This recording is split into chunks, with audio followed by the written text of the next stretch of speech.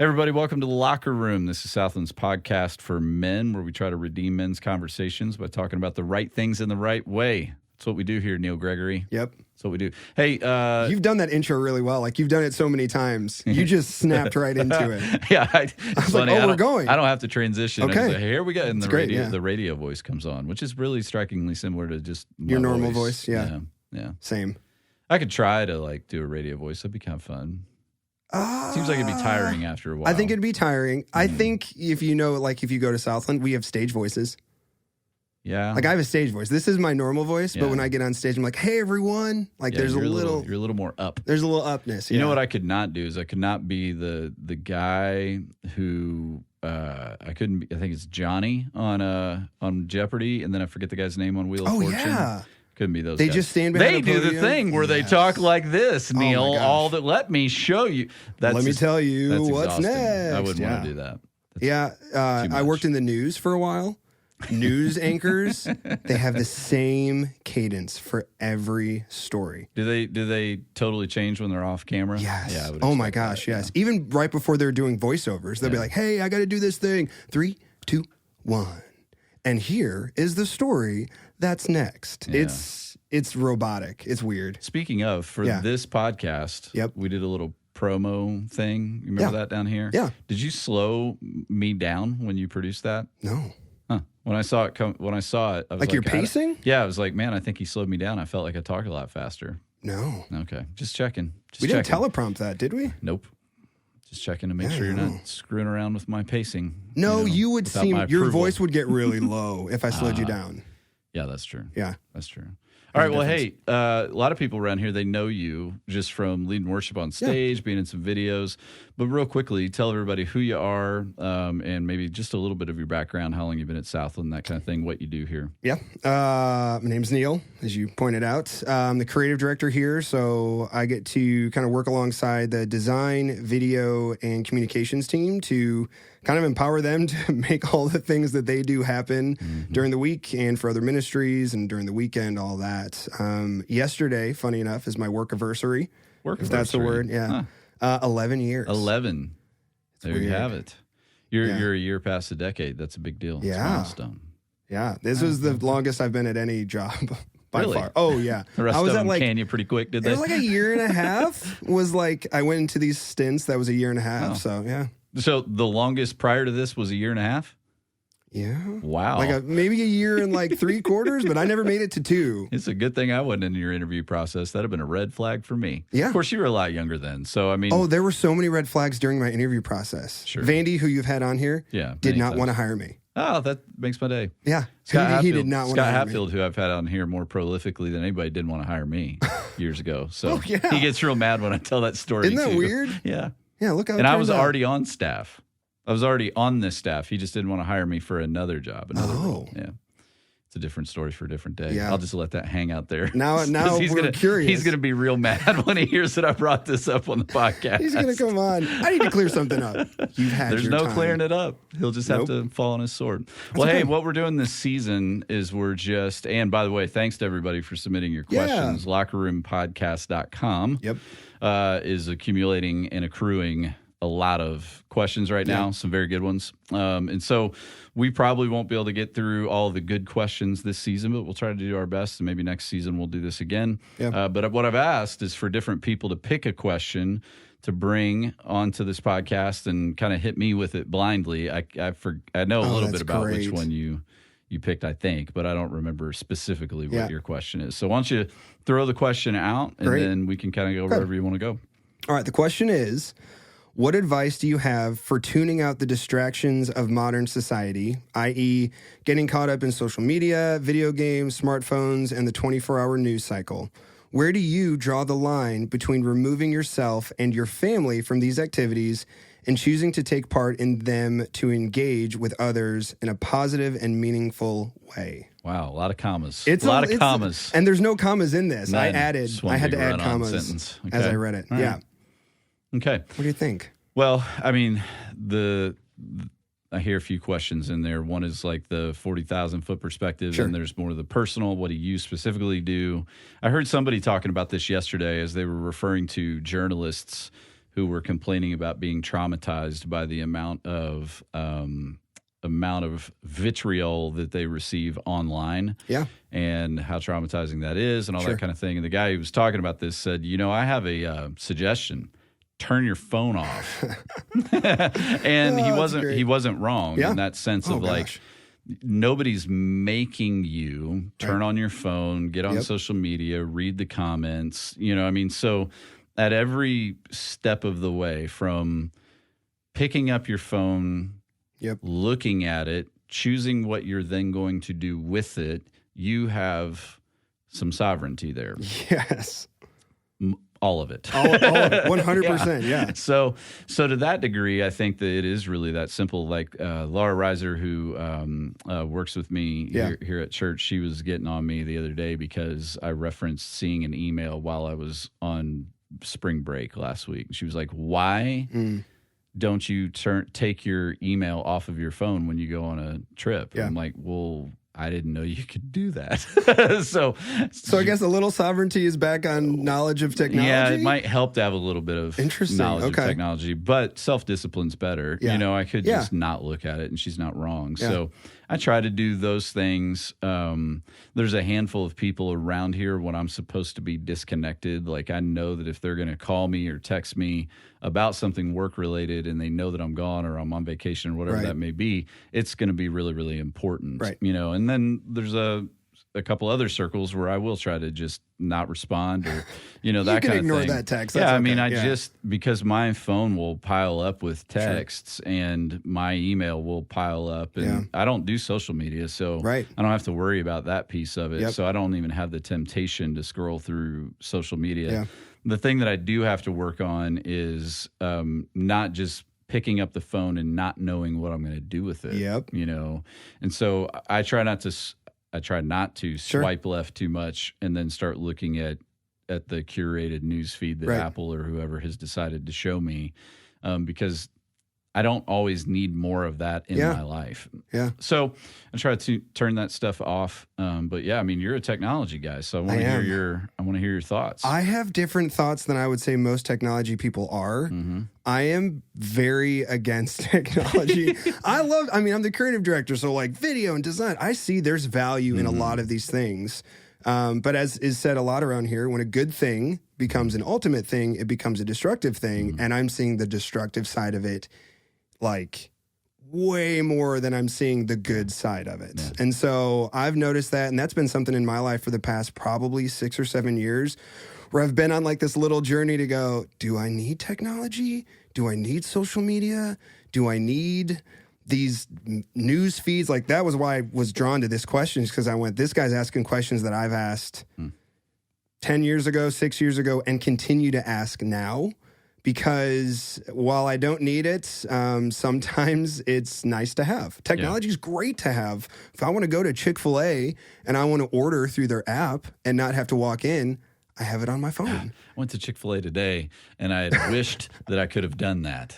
And I could have. No, I didn't. You don't have. I don't know how to do that stuff, okay. Neil. Okay, that's fair. I don't know how to do that stuff. There is a level of like, I'm just pretty poor with those kinds of things. Like, I'm not very good at it. See, and those are the things I love about technology. Mm-hmm. But then you bring in social media, and you bring in the 24-hour news cycle and all these things, and I go, that's where it starts to get real hairy. You want to have access to be able to check your email if you need to, or be available if you need to, depending on your job or whatever that is, with good guardrails still. That's great.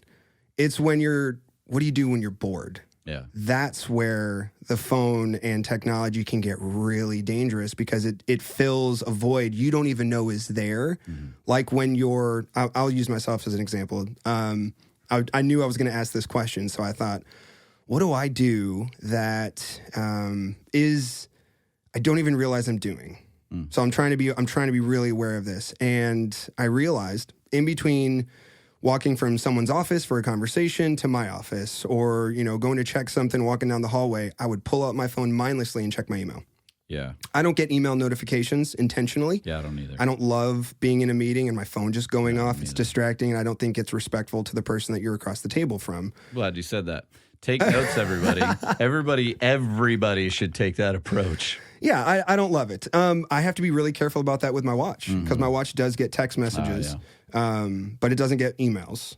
So I realized, oh my gosh, I think I checked this too much. So what did I do? For a few days last week and Monday of this week, I deleted the mail app from my phone. I was like, you know what? If it's really important, someone will text me or call me. If it's an email, I'll be able to get it within 24 hours. We're going to be okay.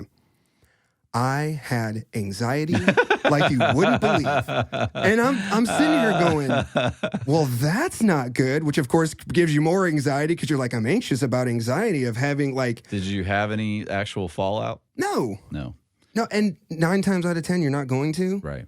It's that one time that makes you fearful, right? Yeah. But I realized because I took the mail app off my phone, all of a sudden I'm walking from your office or someone else's office to mine, and I pull up my phone and I open it up and I Find go, yourself reaching for it. I don't know what I'm doing right now. Why is my phone in my hand? That's scary. That's the ugly side of this that you go, time to take some inventory. I don't know what to do with silence. Yeah. That's not good. Yeah, I've noticed, I forget how long it's been now. It was sometime in the summer of 2020 that I ditched social media altogether. So it's been a while now. But what I've noticed is in those moments like between meetings where I historically would have pulled up Twitter, what I will find myself doing now is pulling up YouTube. Sure. Because my feed has been cultivated in such a way, right? They know you. They know me like better than you know yourself. Oh, that's something I clearly need to see and watch. It's 18 minutes long. 100%. Oh, dang it, Yep. So I've had to, and even when I've had like 30-minute windows where it's like, okay, do I want to take the lazy approach? And there's some good stuff that I can find on there sometimes. Yeah. Some videos that I'm glad I've watched, that kind of thing. Plenty of good content. Or I can pick up one of my thousands of books and my stack of 12 that I'm currently reading, and churn through a chapter of one of those in that 15, 20-minute window or whatever that may be. So that takes a different level of commitment versus just passively sitting and receiving. Yeah. I think the other one, too, is in the car. One of the things I've noticed about myself, because I enjoy podcasts and I listen to a lot of different podcasts, some of those podcasts that I listen to have a tendency to make my blood pressure go up, not down. So if I'm just consistently feeding myself things that are going to make me angst-ridden, mad, frustrated, that kind of thing, maybe I need to turn those off. And so what I'll do is I'll take a few days every now and then and I'll just go, I'm not listening to that podcast for a while. I'm not listening to this podcast for a while. And I'll choose to either drive in silence or I'll listen to music that changes my mood entirely. Sure. So like actually driving back here today from my house, I went home to eat lunch. I had like the Pandora Motown channel on. Oh, nice. It's like, that puts you in a good mood, man. It's raining outside. I need something to put me in a good mood. Exactly. Yeah, it's great. Exactly. That's fun. I think you bring up a very valid point that I was trying to process through to go, you have to constantly evaluate. You got off of social media, which put a pin in that because I want to ask a good question. I want to circle back to that. But you got off social media, which was a distraction. I'm sure there's a bunch of other things, reasons as to that. We'll talk about that. But then something else still can fill that void. Right.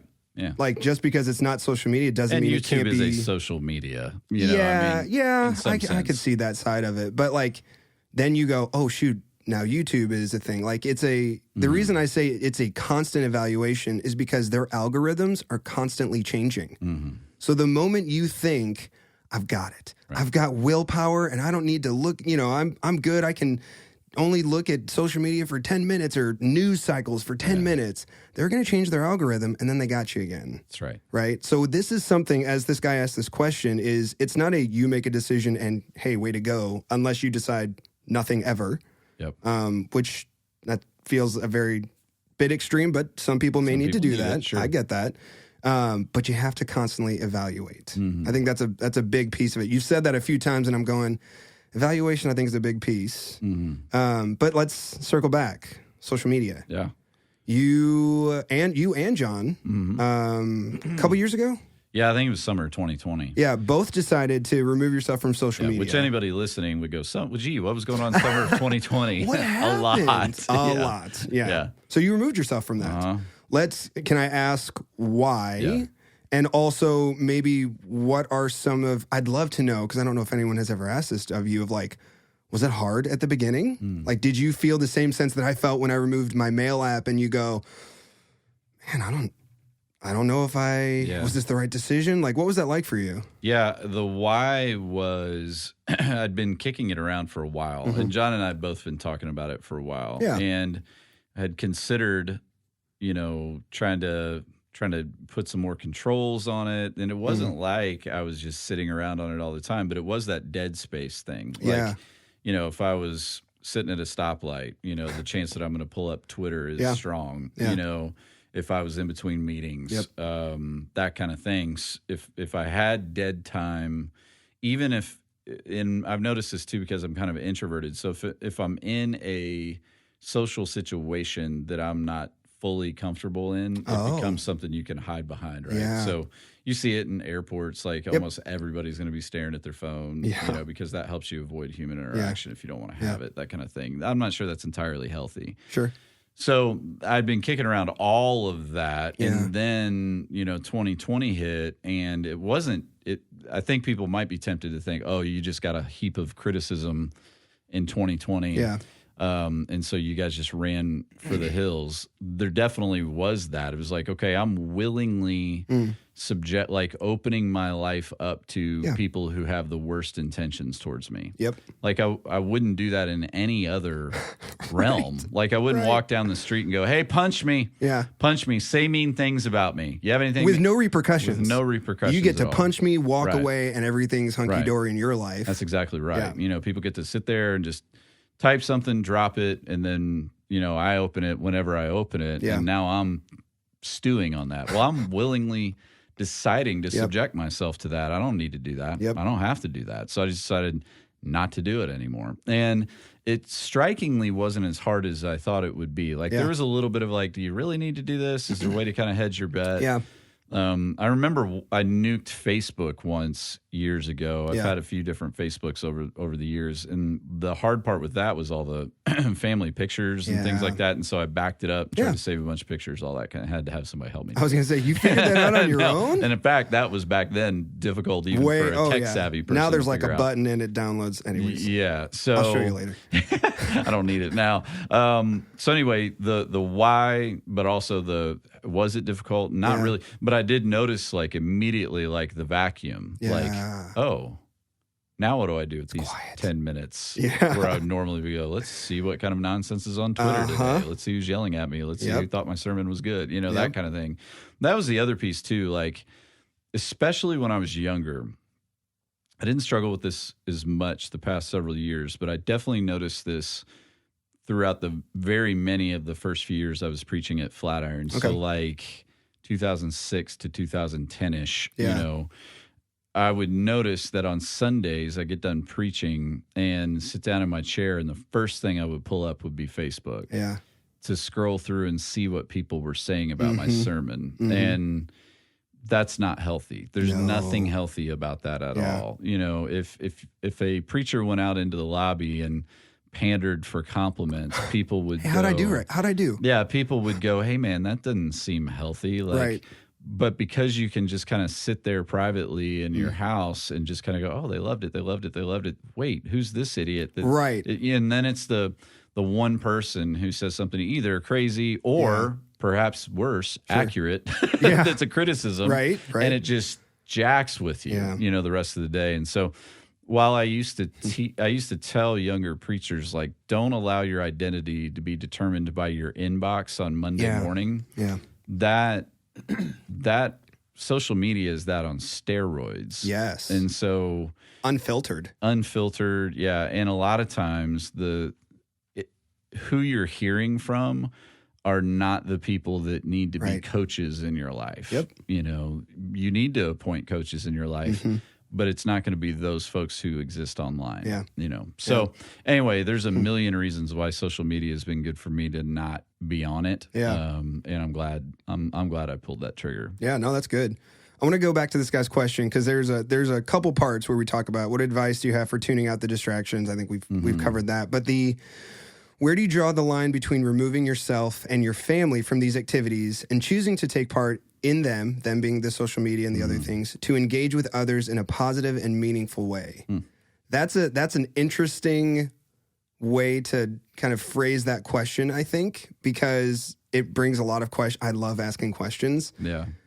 I think at this point, in order to answer this question well, this person would have to define what positive and meaningful way is. Yeah.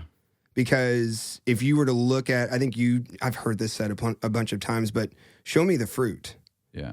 Like if the result of you getting on social media and the result of you getting inside the news cycle produces really good fruit, wow. Yeah. How do you feel? How do you feel at the end of Yes. that? Like if you've mindlessly scrolled through social media for an hour, how do you feel when you're done with that? There's a distinction between how you feel from watching one episode of a show on Netflix and how you feel after binge watching 8. Yes. And I would venture to say that hopefully the way you feel after one is like, okay, sure. Yeah. It's kind of a neutral, maybe a positive. After watching 8, do you really feel like that was a good use of your time? Yeah. Do you feel like you've made a wise decision?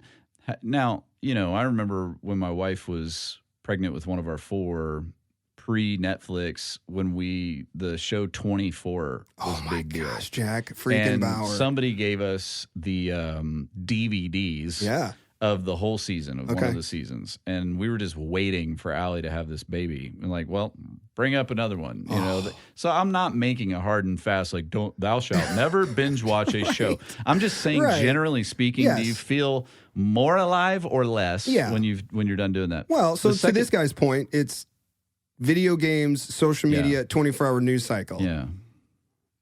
How do you feel at the end of those? Yeah, exactly. Is maybe a little bit different thing. Sorry, you had a second point. Well, I was going to say the video game thing is interesting too, because I've talked to enough parents and I've seen it too.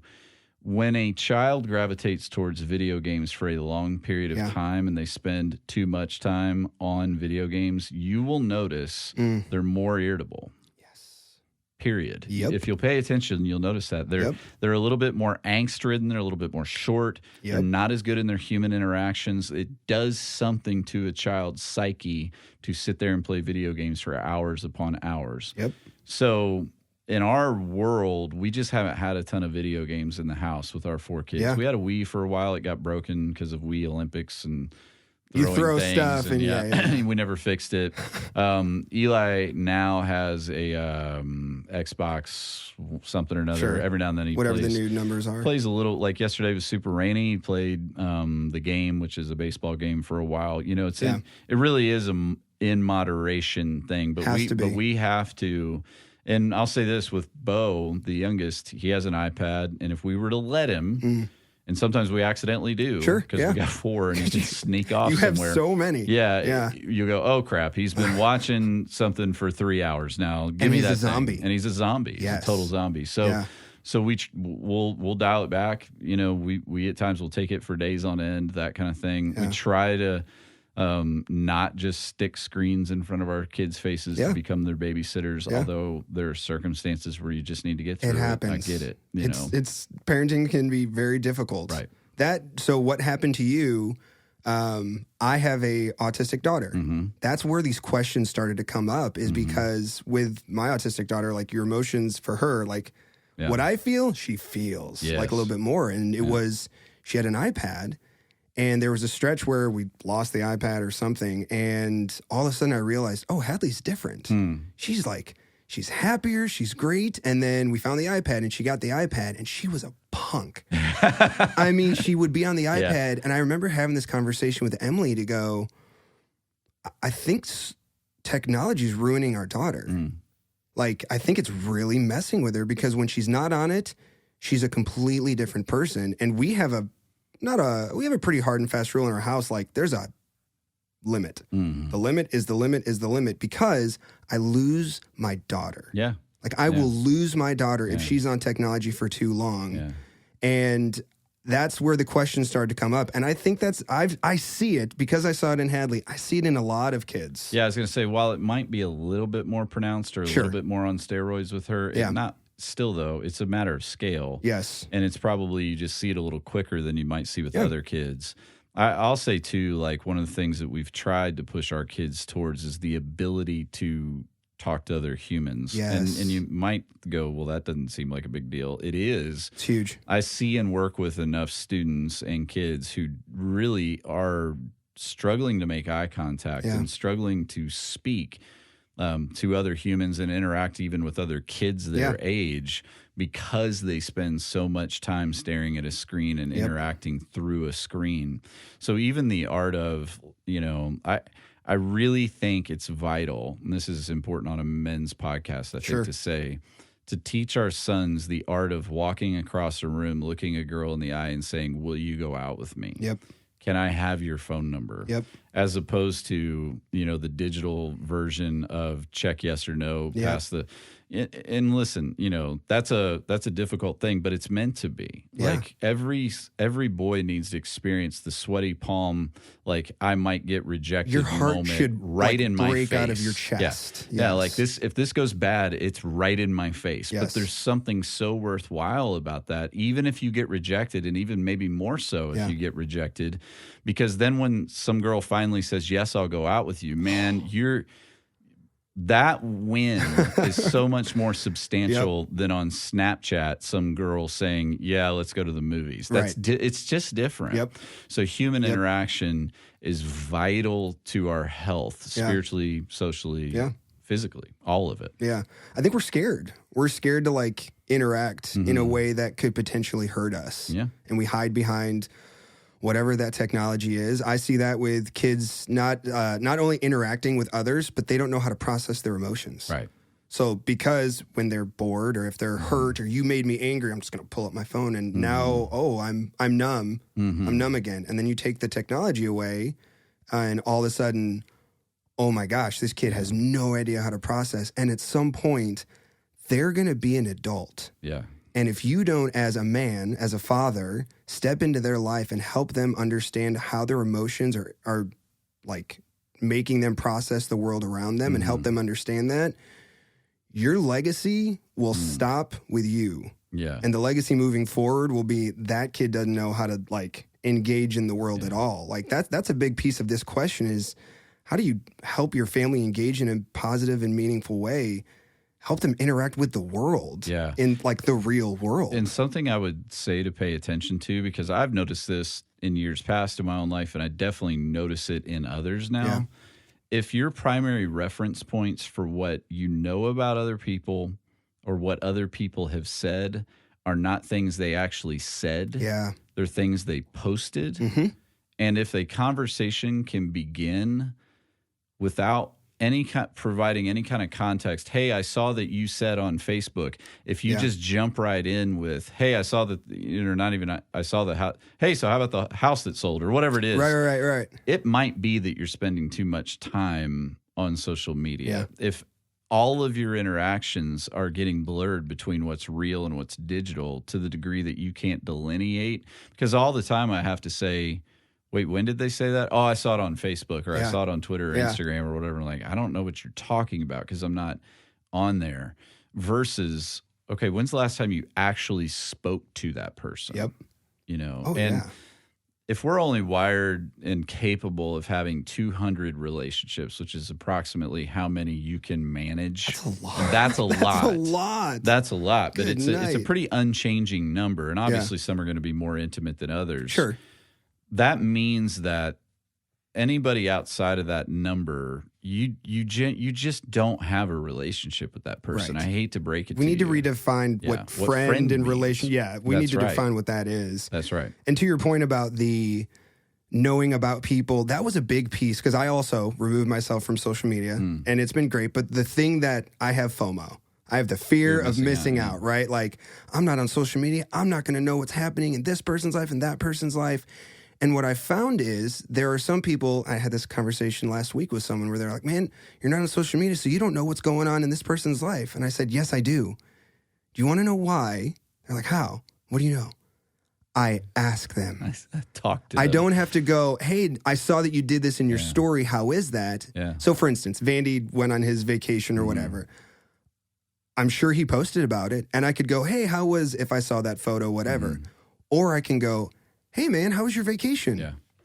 with no like, oh, I saw you do this and saw this. I just genuinely want to know. And we have the same conversation that we would have had, maybe even deeper, because he can actually tell me and I don't have to go, oh, no, I saw that already. Yeah. Like, we actually have good conversations. Here's a couple other benefits I've seen of not being on social media. One is I don't see the world through a potential post.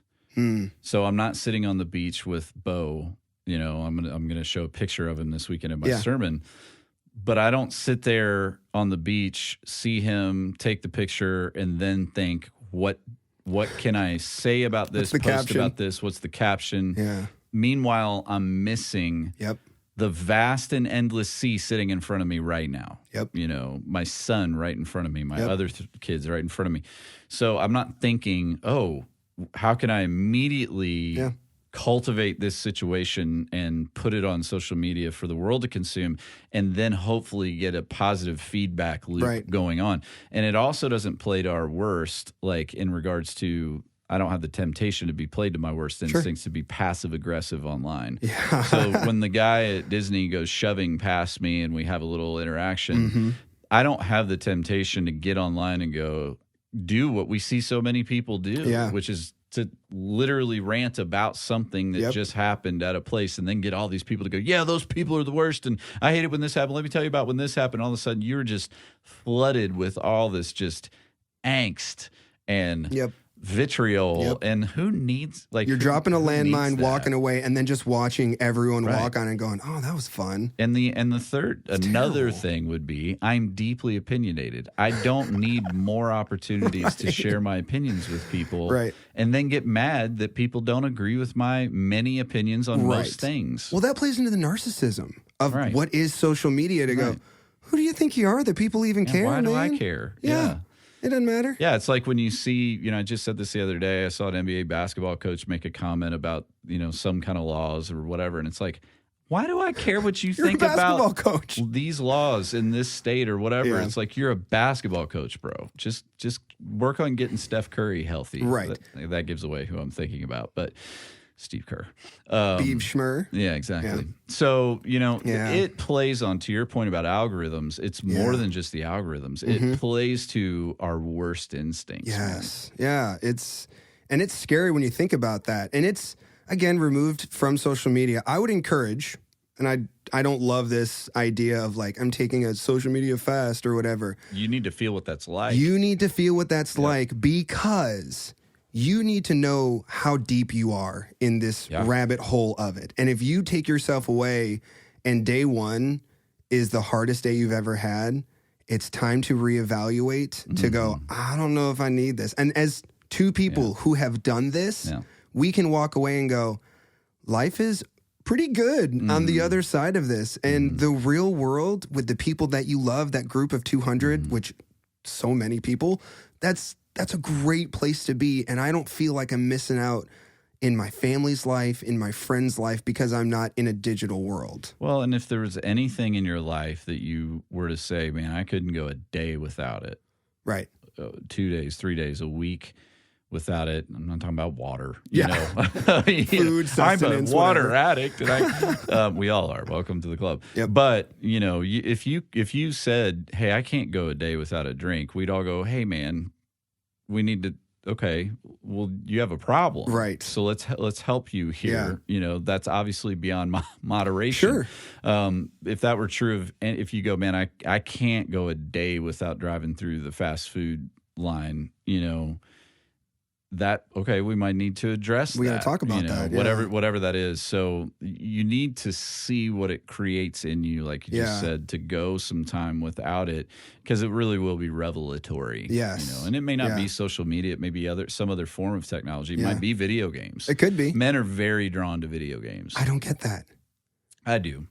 I do, in that it creates a world where you can play the classic hero's journey. So I heard this the other day in reference. This is interesting, and by the way, the reason I took out my phone and looked was to check the time.